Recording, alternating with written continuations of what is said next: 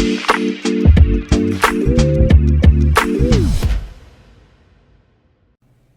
right, hello, and welcome back to another episode of the Chase Thomas Podcast, where I'm still the aforementioned Chase Thomas, coming to you live from Knoxville, Tennessee, Everything School HQ. 8 Vols drafted this week. It's MLB draft week, and the Vols in there in the top 5 in most program players drafted this cycle, and it's become the norm here on Everything School HQ. With Tennessee building the behemoth that is Tennessee baseball. But that is neither here nor there. It is a college football show. It's the full ride. You're hearing this on a Wednesday morning, so you know what that means in the offseason. Fellow University of North Georgia alumni Matt Green down there in Tequila, Georgia is here. Matt, good evening, sir. How are you? Good evening, sir. It is good to be back with you here on our regularly scheduled day. Just trying to watch.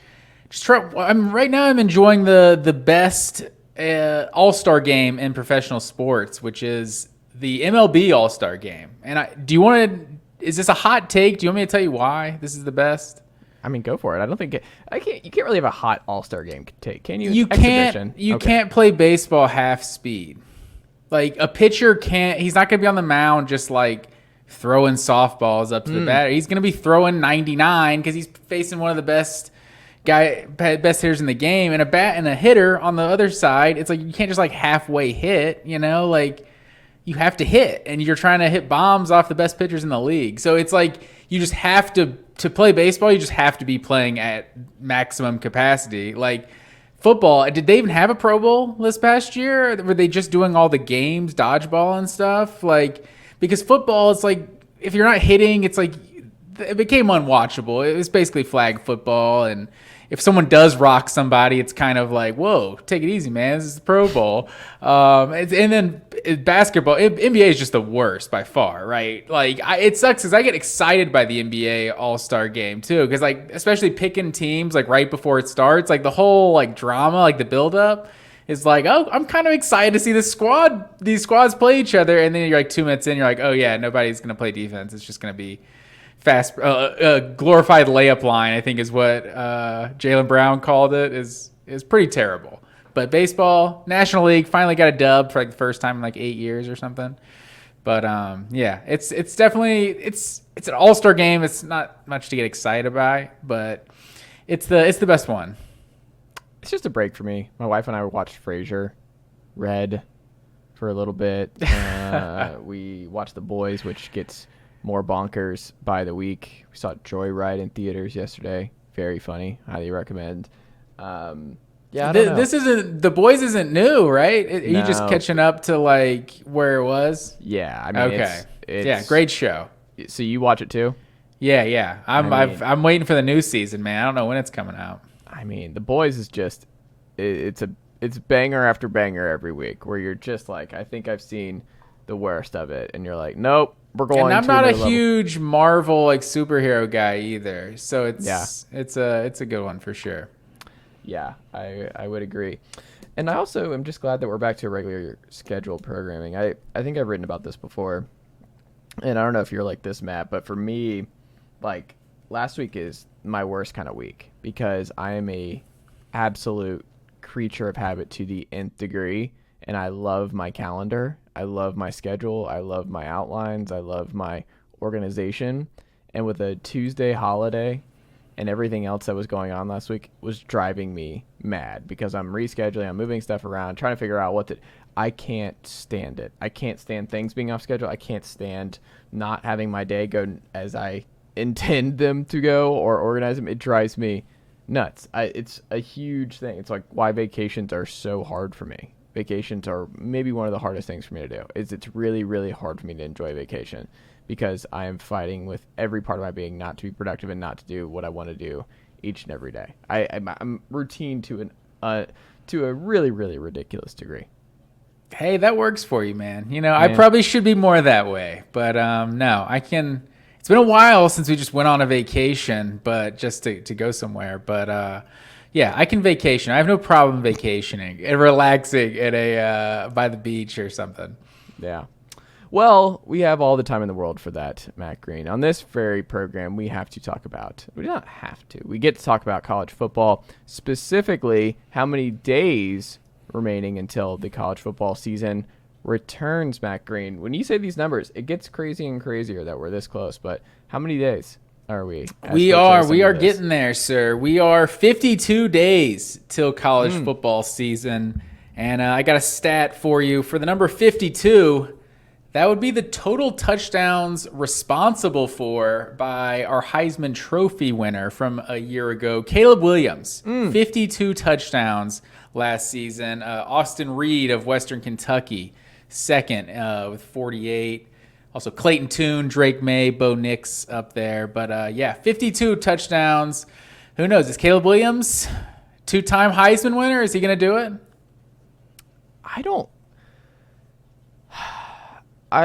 My instinct is no, but yeah, I just don't think so, because I think it requires you, and we'll get into this in our show as folks see with the headline. I think one of the things about the Heisman now, and that I think kicks some very deserving people out of the Final Four conversation, is where your team ends up. Like, are you in the playoff chase still?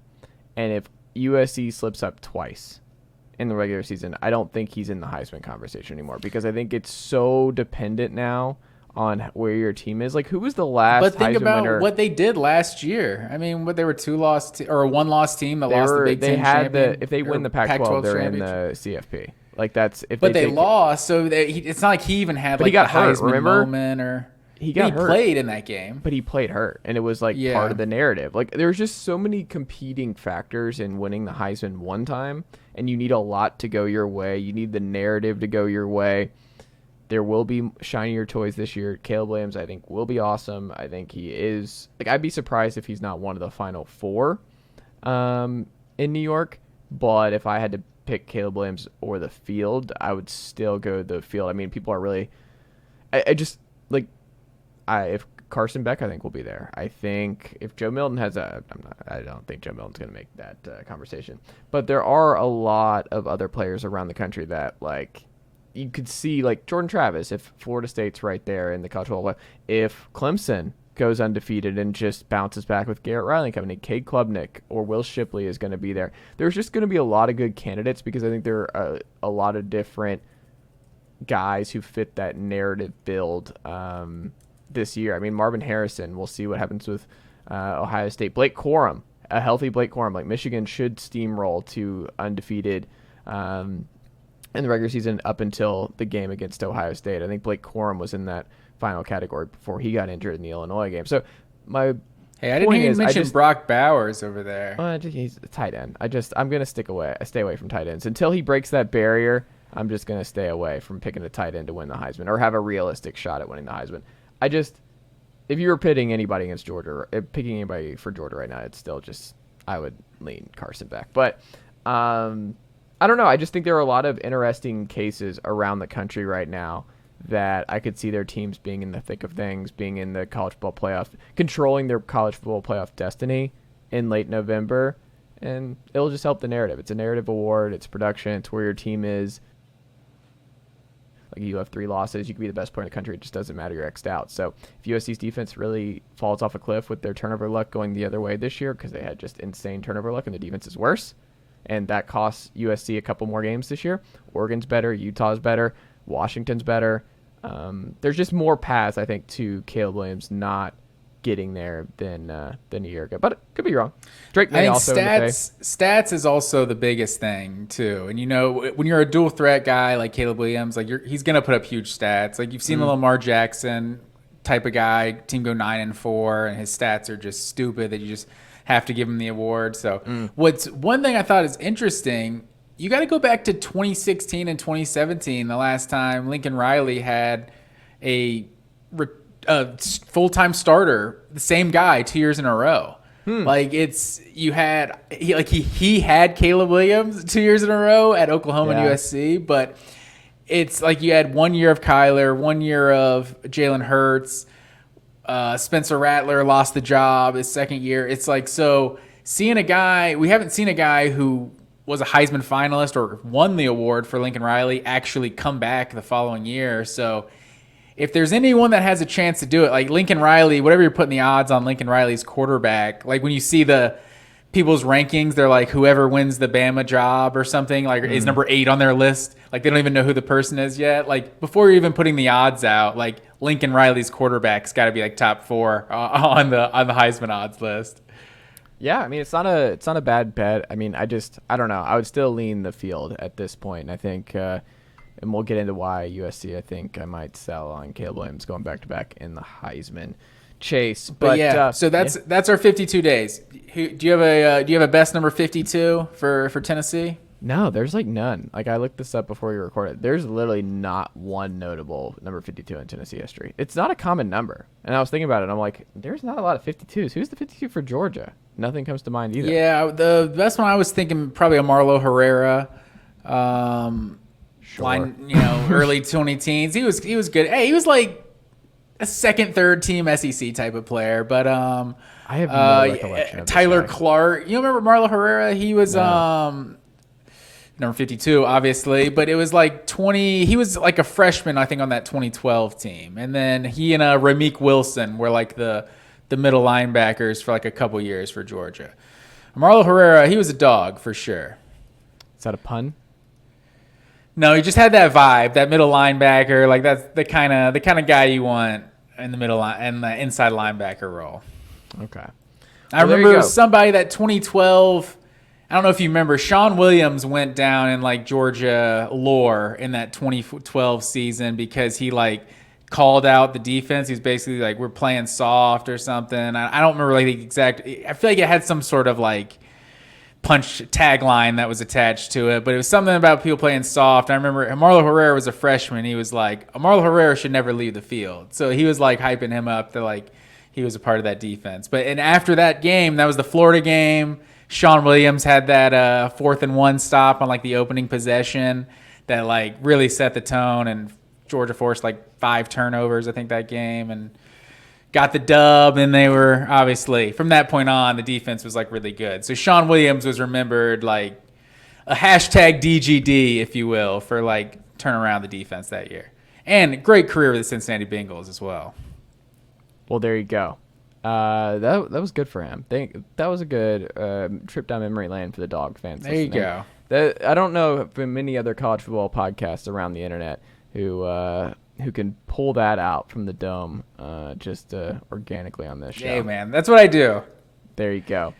Matt Green, one Nigel the Nighthawk piece of news that I wanted to get to before we do our CFP title odds favorites pods and why Team X and Team Y and Team Z can and cannot win the college football title, playoff title this year. But before we do that, crazy week in Chicago, in Evanston, Illinois, where Pat Fitzgerald is no longer the head coach at Northwestern. He was suspended briefly for 2 weeks, and then it turned into, with further reporting from student newspaper and more and more findings, that it was that there was more there. The hazing that reportedly went on and for years, and just it's an absolute mess. And it's compounded with what's going on with the baseball coach, and what if you read the story about what's going on there, you're like, what is going on with Northwestern athletics? And I read a really good column from Stuart Mandel, The Athletic, today, kind of outlining where Northwestern is, why they should take a step back, and like what their future looks like, really in the NIL future of college sports world. So I'd highly encourage folks to go read that on The Athletic. He's a Northwestern alumnus and talked about that in the piece. And it's just weird. It's a confluence of just a lot of events here that it's weird that Pat Fitzgerald is not going to be the Northwestern head coach. Obviously been a Northwestern lifer player, and it's gotten really bad the last 3 years, but definitely overachieved a lot of years at Northwestern. But it's a mess. And then you read the reporting after, because I don't really want to get into what's gone on, because the reports is still just coming out seemingly every hour. More and more information coming out to the forefront. So I encourage folks to read the good reporting on this, whether it's Pete Thamel, the good folks, the students at Northwestern University covering this story on a daily basis. Keep up with them and what they're doing and all that stuff. But I think the thing that what I feel more, I think is more appropriate for us to talk about at this point is now that this job is open and it looks like they're going to, which again is weird, they're going to keep the rest of the staff intact for this year based on the circumstances, which is again strange considering the circumstances of the head coach being removed and the culture that has been reported to have taken place in that football locker room. Like, where does this job rank? Is this a desirable job? Is this a job now in the Power 2 era, which is Andy Staples, friend of the show, outlined? Like, you have to view the Northwestern job through a different lens because they're in one of the two big money conferences, and those jobs are going to be in high demand because there's just so much more money in the Big Ten and the SEC than every other school now for the foreseeable future. So on the face, you're like, I don't know, Northwestern, not a lot of history there, but like you can get paid a lot of money to go be the head football coach at Northwestern. You might have a good thing going at Wake or wherever, but the money is just so much, potentially so much more. They put a bunch of money into the new football field that's coming through with upgrades there with Ryan Field, I think is what it's called. But like, I don't know. What do you make of the Northwestern job and all the different analysis and takes on what Northwestern does next, Matt Green? Yeah, it's an interesting job for sure because you look at them and like Pat Fitzgerald, it feels like if he didn't go to Northwestern, he probably would have left for another job years ago, right? Because he did a pretty good job. It's not like they were great or anything, but I mean, they finished ranked like 5 times in the last like decade. Like that's pretty phenomenal for Northwestern. Like almost played Ohio State competitively a couple years ago in the Big Ten championship. But yeah, you just look at this job like it's not Vanderbilt. Like they have competed and won some games. Like so I mean Duke has been, a competent football program at times here in the last like decade and currently they seem pretty good. So it's not unheard of. Obviously David Shaw, Stanford hadn't been good in years and maybe it's the NIL era that maybe that's the reason they went downhill, or maybe it's just they went downhill and it was just a bad, things got stale and they needed a new coach. Time remains to be seen. So it's not like it's impossible to win at one of these prestigious academic institutions, but in terms of like you said with the Big Ten money, that's something I hadn't necessarily thought about of just like as a job. Like we joke about that of like, yeah, that's the best job is to be a fired SEC coach, and just be getting this huge buyout money. But I mean, if that's how you look at it as a head coach, like these contracts are guaranteed. So maybe you take the deal with Northwestern just to get paid and it's probably not going to work out, but you'll be richer for it. So I don't know. It's in terms of winning. I think when it was the Big Ten West, a buddy of mine, we were having this conversation actually earlier this week. When this was a Big Ten West job, like they could compete and maybe get in the Big Ten championship with no divisions in the Big Ten anymore. Like basically that whole side of the division, and this can be another topic we can probably dig into. Like that whole side of the division is probably not going to be competing for too many Big Ten championships. Like you might see USC coming in there and other than Michigan, Ohio State, Wisconsin, and Penn maybe. State, Wisconsin is probably the main one. Like, is Minnesota really going to be like one of the 2 best teams in the Big Ten? Like it's hard to see that. So Northwestern now, it's like Pat Fitzgerald, winning 9-10 games once every 3-4 years. It's like that was probably as good as it can get. Like, and in terms, like, are there certain names that you've seen that you've liked? I mean, Todd Monken was thrown out there because he's from Chicago and he took the Baltimore offensive coordinator job. I don't think that's realistic. I just feel like at his age and everything, like him leaving Georgia, which was probably the cushiest, best position college-wise. Like you don't really have to do a whole lot, not have to do the whole recruiting as much. And you're just in this perfect system where you have the best players and you can just do what you want to do and dominate on a yearly basis. Like, I think I just once you move to the NFL, I find it hard to believe that he would back out of the NFL, and that just culture reset and just kind of the work-life balance that the NFL provides that college doesn't. So I have my doubts about that one. The best one I saw that I think actually makes the most sense to me, and it would suck for Duke, but if I'm Northwestern, my first call is Mike Elko. Like, he just won 8 games at Duke immediately. Great defensive mind. Obviously would fit with the academic standards coming in from Duke and what that means. Mike Elko is probably my favorite I've seen thus far, and I think it's also probably the most realistic. And then people who threw out the triple, and they should do that. And I've talked about like them kind of chasing an identity and kind of shaking things up because of how just horrific those offenses have been of late. And if they're not going to have the skill guys to run that, because it's like they're putting in offensive tackles like the Rashawn Slaters of the world in the NFL draft, and Peter Skoronski, another top first round pick in the draft. But it's like, yeah, you're developing these offensive linemen, but like the quarterback play sucks and you're not doing anything offensively. So it's, I mean, that's nice, but the goal is still to win football games. The goal is still to win as many football games as possible. And I'm not sure with their offense they were headed in the right direction there. And I think about the chop block rules, and I was actually just talking to Kelly Quinlan this evening on Jackets Online about the Paul Johnson era at Tech. And one of the things that you're seeing is like Army's not running the triple anymore. They're doing a variation because the rules have gradually shifted more and more to take away the effectiveness of the triple and being able to run it effectively. So Jamie Chadwell's offense is like the closest you can really do and be effective running that kind of scheme. So I'm like, who makes the most sense? Like, what, Jamie Chadwell? He just took Liberty. Like, that'd be fun. I don't think he's a fit for Northwestern, but like, I do think if you don't go Elko, who I think makes the most logical sense, I think I would go outside the box with not an air raid per se, but someone outside the box who can do a lot with 3-star, 2-star kids and do as much as you can. Because like you said, with East and West going away, like the days of them winning and making the Big Ten title game are probably over. The NIL space will always limit them to what they can do being an academic first school. Like, I don't know. I think you have to be realistic and look yourself in the mirror here and either go the safe route and someone who could keep the floor pretty high in Mike Elko, or you go bold and go someone who can do a lot with less. And I don't know who that necessarily is off the top of my head.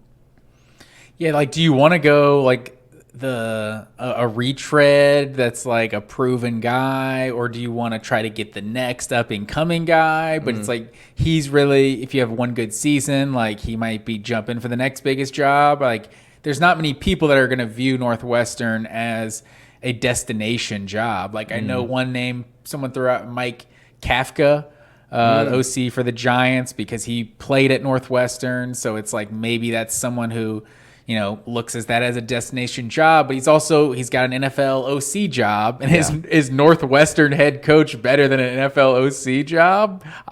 Probably not. Like, not in terms of like getting you to the next step. Like, so I don't know about that. Willie Fritz was an interesting one that was thrown out because Tulane is also like, a good academic institution. So he's, a guy that's balancing that and had a really good year with Tulane last year. But yeah, I don't know. I don't know where they go from here, but it's definitely, bottom 5. Like, the fact that it's near Chicago is cool. Near the north side of Chicago is cool, but like, it's a bottom 5 job in the Big Ten, I would think. Yeah. But like, the money is going to help them. I think the money, and that's what's going to make this search so interesting, because I'm very curious to see who interviews for this. I'm very curious to see what kind of interest this job draws, and if the money and just being like, there's only so many of these Power 2 jobs now available, and I think you look around the Power 2 right now, who's on their way out anytime soon? You look at both conferences, like, I don't know. I think a lot of these coaches are pretty safe when you think about it, right? Like, who in the SEC is in jeopardy in the next 2 to 3 years? Like, who are you looking at right now that, like, off the top of your head is on the hot seat? I would say Jimbo is definitely on the hottest seat. 80 mil buyout. Like, I'm not sure how much he's on the hot seat right now. Yeah, but that's not going to last. I mean, Yeah, it's hard to say because like a Sam Pittman or someone feels like they're under some pressure to win, but it also feels like they love him and they would never get rid of him. So I don't know, maybe Billy Napier, like, and it's like I don't really think his seat is hot at all. He's going into year 2, so that's a good point. I feel like there's some Kentucky similarities with Northwestern, but like even. Because it's like Kentucky, you can't really convince them that what they're doing, like they should just overhaul it and try to become this great offensive team, because what they're doing is working pretty well for them. And they're this physical team that's not going to win any championships playing their style, but they're winning a lot more games than they lose the last 3-4 years. So you look at Northwestern, like it's not really working though. The last few years, they won 1 game, 3 games, I think, the year 2021. So. I would love to see an air raid guy. Probably have to cut the grass a little bit shorter if they're going to do something like that. But I don't know. That's where I'd start. You probably got to bring in someone who's going to revamp the offense and like bring Northwestern into the 21st century. You're just going to be a worse version of Iowa, essentially. Like if you just continue to do what you're doing. I don't hate it. Like honestly, the last thing, like what job is worse than Northwestern in the Big Ten? Like Rutgers is the first one I think of. Indiana, maybe. Like Maryland isn't a worse job, no, right? Maryland's definitely not. So it might be like Nebraska and like Iowa and Minnesota. Like those are all better jobs than Northwestern. So UCLA and USC obviously coming in. No question. Like, so it's definitely. I think they're right there with Rutgers, and then I think probably Indiana's slightly above those two. But you could sell me on any of those 3 being the worst. Yeah, for sure.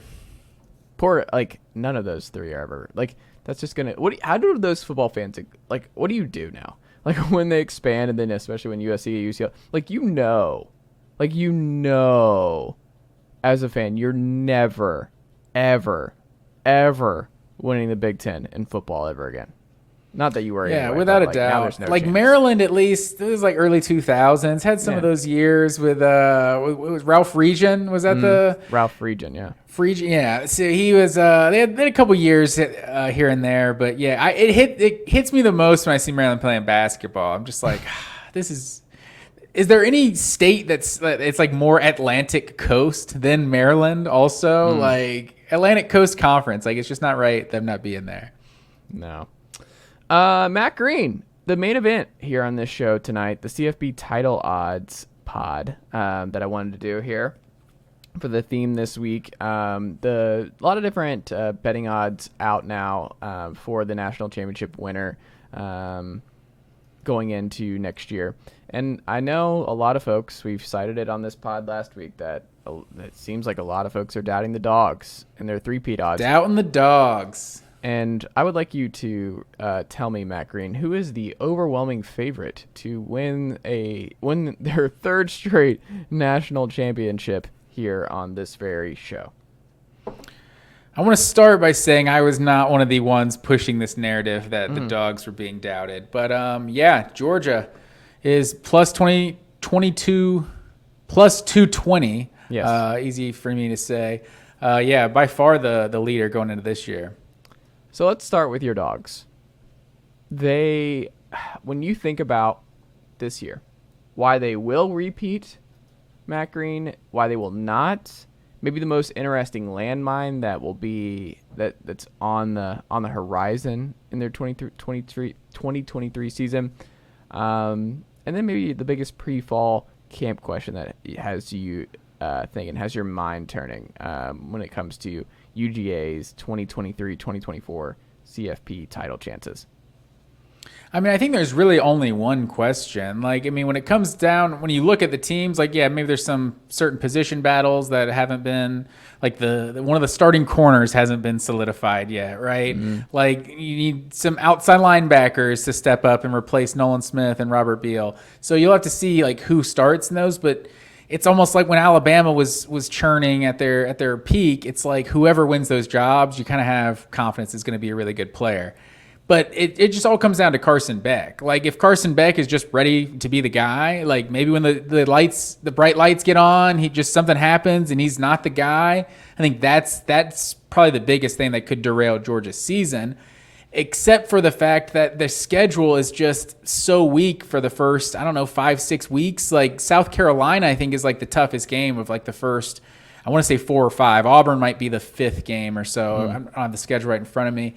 But so I think the biggest thing is just that why they will win is because I think this defense, I think this is going to look more like the 2021 team. Like, I think they're bringing back so much of this defense from a year ago. Like, last year, as crazy as it is to say, was the rebuilding year. And the offense was supposed to carry the team more, and the offense was damn good, and they basically did most of the season. But I don't think anyone really expected the defense to really not miss a beat the way they weren't as good as they were in 2021, but they were still really good. And I think you could see definitely them get better at all levels with like true freshmen like Michael Williams and Malachi Starks becoming sophomores. Like those guys could be potential superstars. Like Kamari Lassiter and Javon Bullard are both getting like first round mocks recently. So like this defense is going to be pretty sick, and it's hard to see like that many teams really challenging them, I think. It's interesting, and we'll talk about one of those teams who might challenge them. And they might not really get challenged until the SEC title game, where, again, the team that we think might challenge them, they absolutely blew out in the title game this past year in LSU. And maybe that's different. A year LSU, I think, will be better on both sides of the ball. They found their stride late. I think they'll have the better quarterback this time, who's, I think, will be a Heisman finalist this year in Jayden Daniels. But we'll talk about LSU in a second. But that's also the interesting part, sorry to cut you, but is like that Jayden Daniels didn't really do anything. Like once Jayden Daniels came out, and Nussmeier was the one who threw for like 300 yards in that game. So it was like, it wasn't garbage time, but it was like after Georgia got a big lead, but they kind of hung around. Like it was kind of a weird game. What was it, 50-30? Like a very, you don't see many 50-30. I don't know if I've ever seen a 50-30 Georgia football game before. And then it's like, I was talking to Hudson Mason about this tonight too, where I think the thing about this, and you mentioned the corner spot. So one of them, obviously Lassiter, I think is actually one of the 3 dogs who are going to Nashville with Kirby for SEC Media Day. Like that side's done, but you're replacing Keely Ringo on the other side. And it's like Georgia, there's a difference between like issues and question marks. Does that make sense? Where like Georgia doesn't have a secondary issue. They just have secondary question marks. Like Malachi Stark's done. No, you know exactly what you got there. Superstar, all that. Lassiter on one side, you know you're good to go. On that side, fine. They have talent who is going to replace Ringo at that spot. But it's just a question mark. And it's just, when you're looking at Georgia and like what you have to nitpick. Everything feels like nitpicking when you are trying to find where Georgia's weak, where Georgia is susceptible. You're like, well, Jalen Carter's not there anymore. That's nice. There's no Jordan Davis and no Jalen Carter. That's going to be nice. But you're also like, well, there's also going to be a bunch of 5-stars still on that defensive line rushing the passers. Like the Samuel Mpemba is now into the fold. And like there's all kinds of guys behind them, maybe not to the same extent upside-wise as Jalen Carter, but like still very, very good, and it's not going to be a positional weakness. It's just hard for me to see anywhere on this roster right now that's weak outside. And when I say weak, I shouldn't even say weak. That's a question mark of like whether or not it will be a good to great unit other than corner. I think corner is just it for me of like maybe there's something there if you have some dominant big receivers like Ohio State or Tennessee. Yeah, and I think that's definitely a possibility. For nothing else, it's just going to be an inexperienced position. It could be like Tyson Campbell was started as a true freshman, and it was like he was a guy who turned into a really good player, but he got picked on a lot as a freshman. So, you could see a guy have to, who could start? Eric Stokes eventually beat him out that year and never give the job back. But who are the guys? Right now, it's number 6. Oh man, I'm blanking. Dalen Everett he was a 5-star. I don't know if he redshirted. I guess he played last year, so he'll be a sophomore. Then Nyland Green is a candidate. I think he's a redshirt sophomore. And then who's the other? The third one is Jalen Humphrey, because Jaheim Singletary transferred. Julian Humphrey or Jalen? Julian Humphrey. Yeah. So I think those are the three that could potentially play that other position. But also Javon Bullard played that nickel spot all of last year, and he's supposed to be the other safety this season with Chris Smith going to the NFL. And so Tyke Smith that's basically what he did so well at West Virginia, was be that kind of close to the line of scrimmage type of corner, really good tackler. But he had an ACL injury at Georgia, and he hasn't played as much. So, that's another spot that could potentially be a question mark. But also when there's question marks in the secondary, when you have Kirby Smart as the head coach, it's like I almost feel like that's like the position that Kirby Smart's like looking at the most, and the guys he's like hands-on teaching the most. So I feel like you're going to get the best out of those positions, I feel like, under Kirby Smart. Yeah, and I mean, this is going to sound weird. Maybe running back? Like if Kendall Milton's banged up and he still can't get healthy, or like the rotation of backs, maybe like maybe a lot more is going to have to be on Carson Beck's plate, and he's going to have to do a whole lot more if the running game is not what it's been in years past. Like if injuries mount up, or just again, it's not that they don't have talent. There's a lot of inexperience and just injury issues in that running back room. So maybe it's that, but for me, I can't shake that it's the corner spots. If you want to pick anywhere on this Georgia team that might be susceptible and prevent them from going back to back to back, it would probably be corner, and maybe getting toasted by an Ohio State or Tennessee, or maybe even LSU, because they've got a good receiving core too. Maybe even Texas A&M if all the pieces come together, because they are pretty loaded in that regard too. Maybe Texas, if you get a college football playoff matchup against Texas, like that's probably not the best matchup for Georgia, I would say, right now. I mean, everybody's a good matchup for Georgia because of the Dogs, but I do think with what they have out wide, and if Quinn Ewers lives up to the hype, that's a more interesting game. We saw they played Bama last year. It's a big year for Texas in a multitude of ways, but yeah. Yeah, Texas is going to be a tough matchup for anybody with those receiving weapons they have. But I think Dejon Edwards is a guy that gets forgotten about a lot. Like, he had 770 yards and 7 touchdowns last year, like, as the number 2 back, like, over 5 yards a carry. Like, Kendall Milton averaged, like, almost 7 yards a carry. Like, while he has been banged up, like, he still did have, like, a 600-yard season as well. So I think Branson Robinson is the guy who has the most, like, if there's going to be, if someone told you that one of these guys broke out and was like first team all conference, it would be Branson Robinson. He seems like the one that has like the actual kind of star potential, but like I wouldn't be surprised if you saw these guys kind of do similar to what they did a year ago. Maybe not any running back producing in the passing game like Kenny McIntosh was, but in terms of just having one guy with about 800 yards, another with about 700 yards, another with about 600 yards. And like, this is like a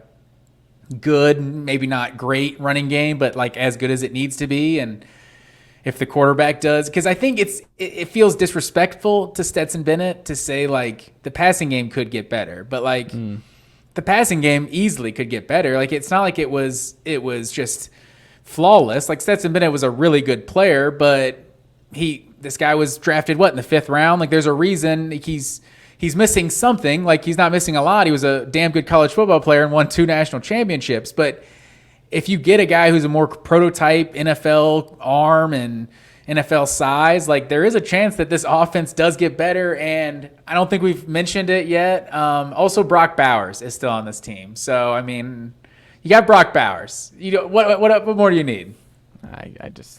It's going to be an all-season thing, folks. So for the full ride diehards, I say everything's cool a lot on this very program. Matt Green mentioning Brock Bowers is going to be the new drinking game this fall. I just want you to know, I was laughed at in a group text in a group thread with some of my friends for giving Jordan Davis Heisman hype.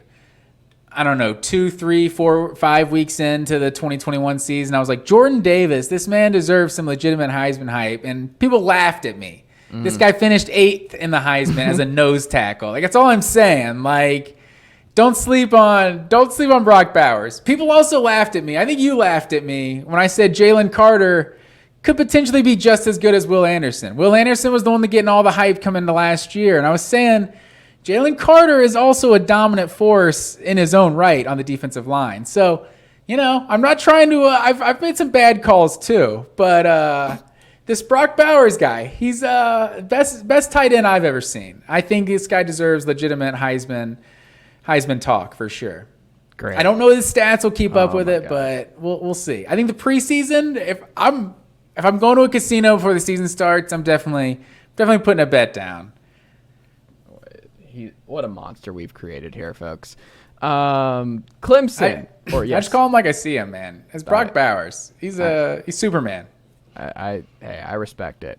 Clemson or USC. I think I grouped them together. And for the good folks checking out the odds here, they're tied at 1,600 apiece, plus 1,600. The only teams with better odds is Michigan, Ohio State, Alabama, and Georgia.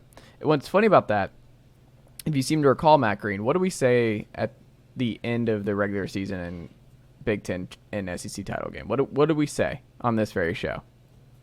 Refresh my memory. Those are the 4 best teams. And, we knew those were the 4 best teams. Bama shouldn't have gotten in. We're not going to revisit what Saban said about, being the betting favorite if they had gotten in, blah, blah, blah. And, soft. Yeah. Anyway, I think those were the 4 best teams last year.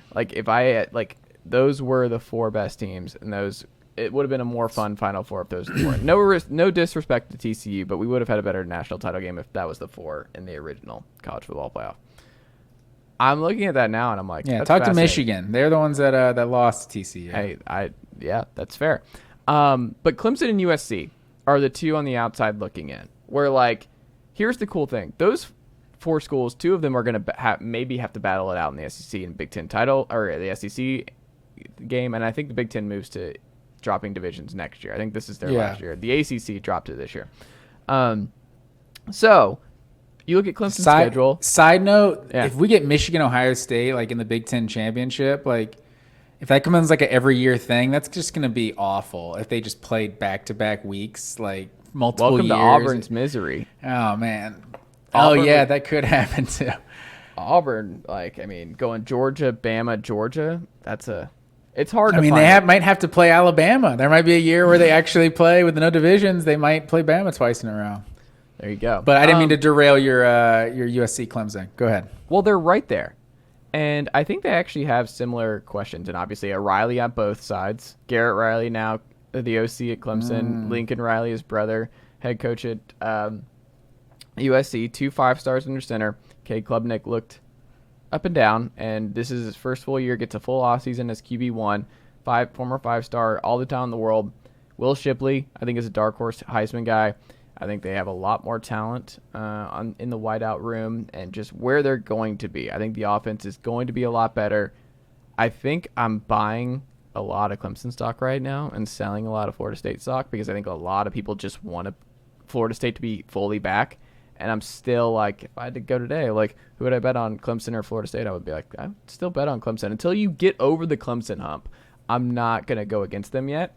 And I actually think they had a pretty solid offseason by and large and addressed some issues. And, I'm very curious because both they're in weaker conferences, which helps for the college football playoff odds. That is a big thing. USC controlled their their destiny at the end of last year. All they had to do was get by Utah. You look at Clemson, just get by Florida State. The ACC is pretty weak when you look at it this year. The path there, and then you get in the Final Four, and you never know what can happen. You're right there, and you might avoid Georgia in the first 4. And we saw how Clemson played Georgia 2 years ago. It was in Charlotte, right? That was a neutral in Charlotte. Played them close. Obviously, a lot's changed since then, but that was a very, very good Georgia team, very good Georgia defense. I think Clemson will have a great defense once again. I don't know. For you, who do you think is the better CFP title winner odds? Because I think it's Clemson, and I don't really hesitate here that I would lean more in this direction. Which one do you lean? Yeah, I agree, because I was trying to compare USC to someone else, and I just couldn't really come up with anyone, because it's if they fix the defense, that's such a huge if. If one side of the ball, if 50% of their team just fundamentally changes everything about them, then maybe they can do it. It's the offense, we know an offense can carry a team a long way, but what the Pac-12 is right now, like a lot of good teams with I feel like what should be some pretty good defenses as well. Like seeing how many like quality contenders there are in that conference, like I can't see them getting through this entire conference, including the conference championship. Like I can't see them doing that with less than 2 losses. Honestly, it just unless they fix the defense, and then they could be the best team in the country. But it's like that's just such a huge if. Whereas Clemson, like fixing the offense is like, well, this is a team that's been good at offense every single year for the last decade, basically until 2021 and 2022. So it's like you get Garrett Riley, one of the best OCs in the country. Clemson, they might not be recruiting at the same level they were like maybe at the peak of the Watson and like Lawrence era, but like Clemson's still getting really good players and their defense is still really good. And if the offense just gets a little bit better, like you said about the ACC, like they should clearly be the best team in the ACC. I think if I was putting money down today, I feel like they feel like a pretty good bet to finish top 4. I think so too. And here's the thing. USC, have you looked at the back end of their schedule? I don't know it off the top of my head. They finished so this is from October 14th on, Matt Green. At Notre Dame, Utah at home, at Cal, UW at home, at Oregon, UCLA at home. Yeah, that's brutal. I'm telling you, I am selling this stock because they're going to get all the hype. They get San Jose State, Nevada, Stanford, Arizona State, Colorado, Arizona. Like, their entire first half is going to be a cakewalk. They're going to outscore and obliterate the first half of their schedule. I see 2, maybe 3 losses in the back end there. Yeah, that's probably are those the next 4 best teams in the Pac-12, or like 4 of the 5 along with USC there in the last 5 games of the season. Like that's going to South Bend's not going to be easy. Like I think they're going to be better this year. Yeah. I think Sam Hartman's understand. Like it's going to be. They do get all of those games at home, except for Oregon. Yeah. So that is something they have going with that second half Pac-12 slate. But yeah, that's brutal. The fact that it's laid out that way, like I don't see them having less than 2 losses having less than 2 losses in this regular season schedule. Yeah, I just don't like it. I just not a fan. And Clemson gets Florida State at home. That's huge. I think this year getting Florida State at home is huge for Clemson, and I can't wait for that one. That's going to be, I think, one of the 5 best games this college football season. And the regular season. Do they have anyone? They don't have anyone at a conference like opening up. Now they're at Duke. Okay, so it's really just South Carolina is pretty much the only good team that we're going to play out of conference. They play Notre Dame this year? Yeah, they got Notre Dame. That's at home. Is that a conference game? Like, is that one of, or is that in addition to the conference? Like, because Notre Dame has that weird. They play them, but it's not a conference game. Is that it? Doesn't count towards the conference? No. Oh, okay. I'm not sure I realized that. Yeah, and they got to go to South Carolina. So we'll see. South Carolina did just beat them last year, so they need to get back on that. That's definitely true. Can't count that one as an automatic win. Alabama. This one shocked me. Alabama has the second best title odds. After the offseason, they're not sending a quarterback to Nashville because no one knows who their freaking quarterback is going to be. Defense is going to be elite. They bring in Kevin Steele. I think that's an upgrade over Pete Golding. The schedule's nice. You get Tennessee at home. You avoid Georgia again the regular season. Like, it's a pretty nice situation for Bama. They get LSU, I think, at home as well in the regular season. So that's all nice. Like, they should be the favorite to win the West. But, like, what?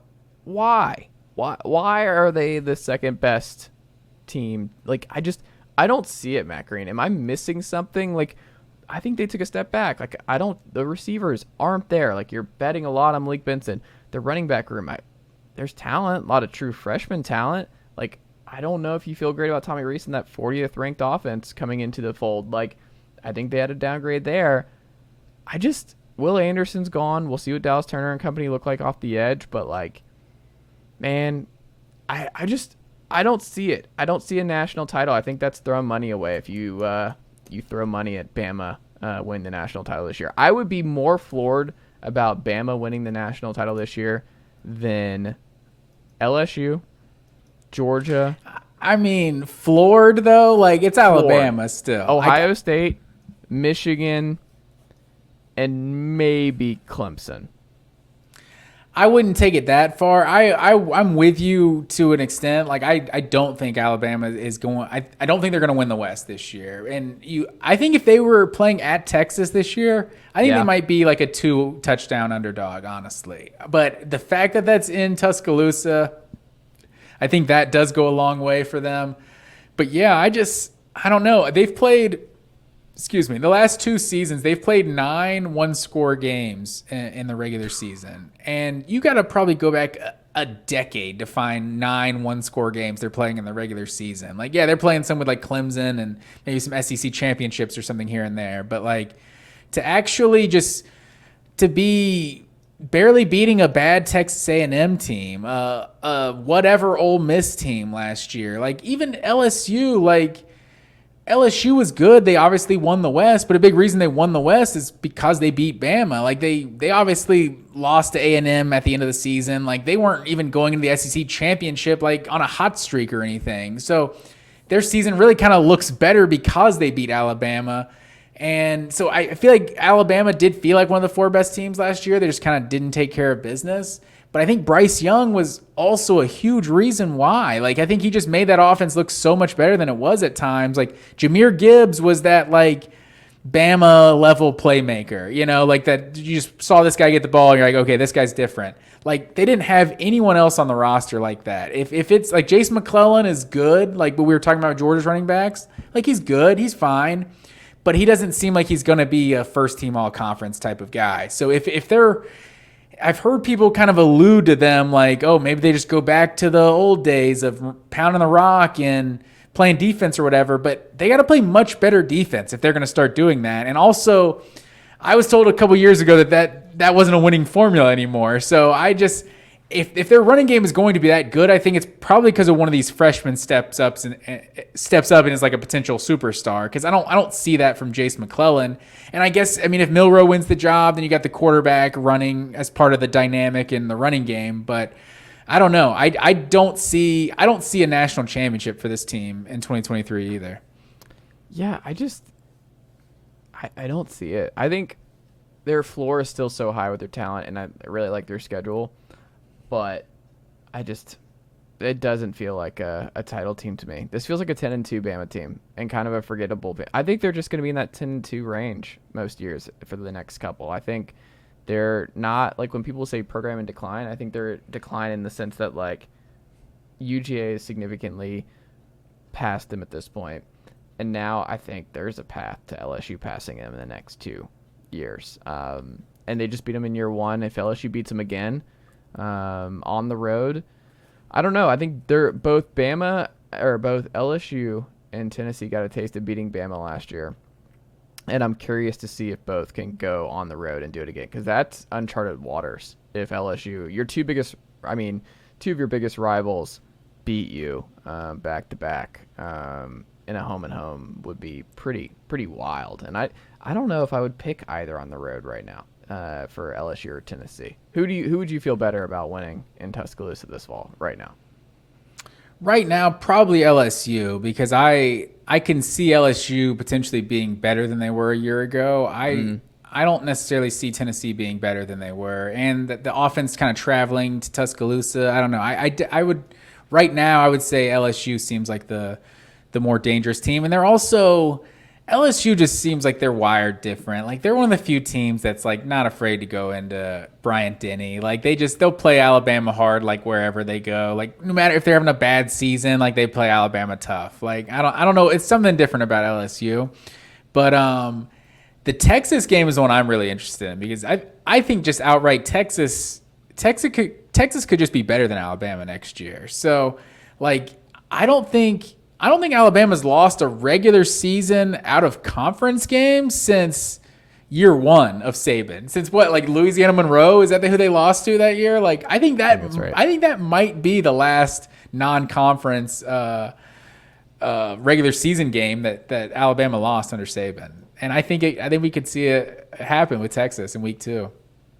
Is there a better odds to take right now than A&M at plus what is it, plus 60,000. It's just plus 6,000, excuse me. Like, that's the number one. I saw this and you have to keep scrolling. I'm like, where's A&M? Oh, plus 6,000. That's the, I would throw not like my life savings, but $100, $200 at that.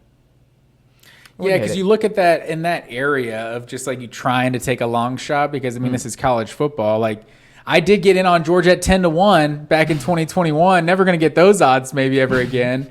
But like, that's got to be the, I mean, I guess LSU probably wasn't just the outright favorite going into 2019. Yeah. I don't know what they were preseason wise, but you don't see many long shots win the national championship in college football. One saw Joe Burrow being that good. Like, no one had that. Definitely not. So I mean, maybe just because they're LSU, they still could have been top 10 in preseason odds or something that year. But yeah, A&M like comp. That is a sneaky, interesting comp. LSU with like Joe Brady coming in as OC, and that maybe like Petrino. Like, we've seen Heisman quarterbacks under him. We saw Lamar Jackson, what he was like. Connor Weigman year 2 here. Like, all the talent in the world, the receiver talent, Jamar Chase, Ben Stewart. Like, that's that. I didn't say it though. That's you saying it. That's not me. I did say the 2019 LSU thing, but I am high on A&M though. Like, I really do think they're a contender to win the West next year. Like, I think it's with Petrino. Like, the more I think about it, the more I just think like this guy knows offense, and this defense was really, really good last year. Like, I think the second best defense in the SEC, if I'm not mistaken. So, like, A&M has the guys on defense. You were just talking about the playmakers offensively, all those freshmen and sophomores they had a year ago. So, I think A&M is definitely, in terms of that long shot area, like, they would be the one I would take a shot with for sure. I like it. Last one here. Vols or LSU? They have the same title odds, Matt Green, and I thought this was surprising. Excuse me, not the same odds. Plus 2,500 for Tennessee. LSU plus 1,000, but they are the two behind Bama and Georgia. I was surprised to see Tennessee at 4, LSU at 3. Obviously, Tennessee blew out LSU last year in the Bayou. I would stay the hell away from Tennessee at that number and everything else, but like, Tennessee, do they have a cleaner path than LSU does to the national title, to a national title run? Does Tennessee's high floor make you feel better about Tennessee than the kind of up and down play of Jayden Daniels? Like, obviously Joe Milton coming in, it's a little bit different, but like, you at least know for certain that the Tennessee offense is going to be one of the best in the country again, regardless of who's under center. I wonder what their path is, because they might benefit from just losing to Georgia, being 11-1, 10-2, if they lose to Bama too, and sweep A&M in Florida. Then like, they could skip the SEC title game and find their way in. Kind of what happened last year, right? Where the stars align, where if they took care of business against South Carolina, they're most likely in the college football playoff this past year. LSU, on the other hand, might be in the title game, go in with one loss, maybe a loss to Florida State or something, and then and then they get into the SEC title game and lose to Georgia again in back-to-back years, and they're sitting there with 2 losses, and Tennessee gets the nod because of just some kind of circumstance where they find their way in. I think there is a path for that to maybe make Tennessee more of a better gamble than LSU, but I think LSU is the better team this year. I don't know. It just had me thinking of, like, between the tier, basically it's the tier 2 SEC East team and the tier 2 SEC West team, where it's been Georgia, Bama forever, and now it just feels like LSU and Tennessee are firmly entrenched as the next team behind the top dogs in the divisions, right? I would agree with your points about Tennessee, because the SEC East is generally weaker than the West, but they get Alabama and A&M from the West. So it's like, you're potentially getting the 2 best teams out of the West. Other than LSU could definitely be right there and be the other best team in the West. So, and obviously Georgia's preseason number 1 team that's on Tennessee's schedule. So I don't know how much I don't know how much easier Tennessee's schedule really is. Like, LSU does have the opener with Florida State. Like, that's a big time out of conference game to start the season, and then playing just the typical SEC West slate and they're going to play Florida as well, like Tennessee will. But I don't know. It seems like it's got some similar speed bumps for sure. The fact that Tennessee can basically wait till week 11 to play Georgia, and if they can just like have their season be alive until going into that Georgia game, like it's so disheartening sometimes when you have that big game that's week 3 or 4 of the season and you lose that and you're trying to battle your way back up in the rankings the rest of the year. The fact that the Georgia game is so late in the season, like we don't necessarily know, like Joe Milton's got a bunch of talent. We don't necessarily know that the offense is going to, be as seamless and as it was with Hooker, the seamless transition to Joe Milton. But the fact that game is week 11, it's in Knoxville, like it's kind of like the climax of the season. And you can't necessarily just be watching ahead till that Georgia game. That's the way you'll lose 2 or 3 games on the schedule. But I think that's one thing that Tennessee does have going for them, that they have the potential to play the number 1 team in the country in their backyard. Yeah, I'm so fascinated by both schools. And do they take a step forward? Do they realistically challenge? Do they make that jump into the tier 1? And is this a sustainable thing? And they're doing it in very different ways. They're battling for similar guys, like LSU and Tennessee are going to the wire for Kai Bates, corner 4-star, Tylen Singleton, linebacker 4-star out of Louisiana. I think there's going to be a lot of crossover with these two schools. And I think Brian Kelly and Josh Heupel it's just going to be interesting to see where things go over the next 2 seasons here with both programs, because I think they're both on the up and up, but I wonder ultimately how it goes between those two. So I would still lean LSU in taking that, but the Vols, I think, like we talked about, the East path, like if you are respectable against Georgia and take care of your business elsewhere, there is a path to Tennessee sneaking in to one of those 4 schools. Also, to give Tennessee credit, I'm surprised you didn't throw this point in. Tennessee beat LSU 40-13 in Death Valley. That was a year ago. You have to throw that out the window. It was a year ago, but in terms of saying where these two programs are right now, like it feels like LSU is a definitely a trendier pick to actually be getting SEC championship talk right now. Like I don't feel like I've heard nearly as much with Tennessee as I have LSU. It's like this team did just absolutely blast LSU in Death Valley just a year ago. For sure. Well, that's all I've got, Matt Green. That was a fun exercise. Yeah, it's good stuff, man. I like it. Are we doing our favorite for the folks, so we tease them for next week's show?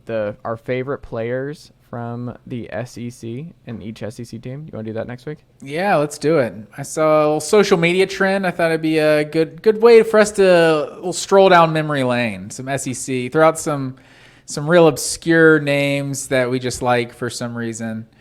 But yeah, I think that should be fun. I'm with it. And then the conference predictions coming up before you know it. We'll be going down our prediction sheet, so we'll have that ready to go for the regular season and revisiting that in December and all that good stuff. So we're almost here in preview season. Yes, sir. 52 days. There you go. Matt Green, always a pleasure, and I will talk to you next week. Yes, sir. Well done, nephew. Chase Thomas Podcast. Hell yeah.